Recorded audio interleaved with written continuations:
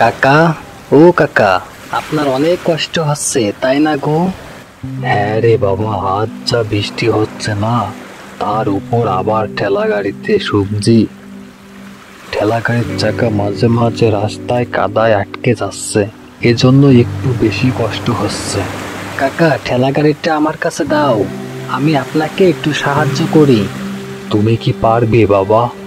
হ্যাঁ কাকা, আপনি যে কি বলেন, আমি ইনশাল্লাহ পারবো।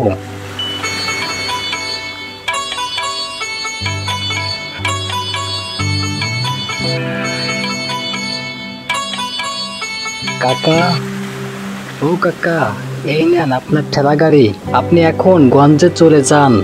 বাবা, তোমাকে অনেক ধন্যবাদ, দোয়া করি তুমি অনেক বড় হও।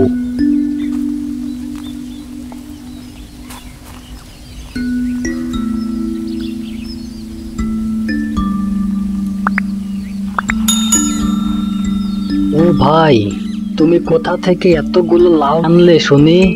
রবিনকে তো বলা যাবে না যে লাউগুলো আমি ওদের বাড়ি থেকেই চুরি করে এনেছি। এখন আমি ওকে কি বলবো? ও ভাই, তোমার কি হলো?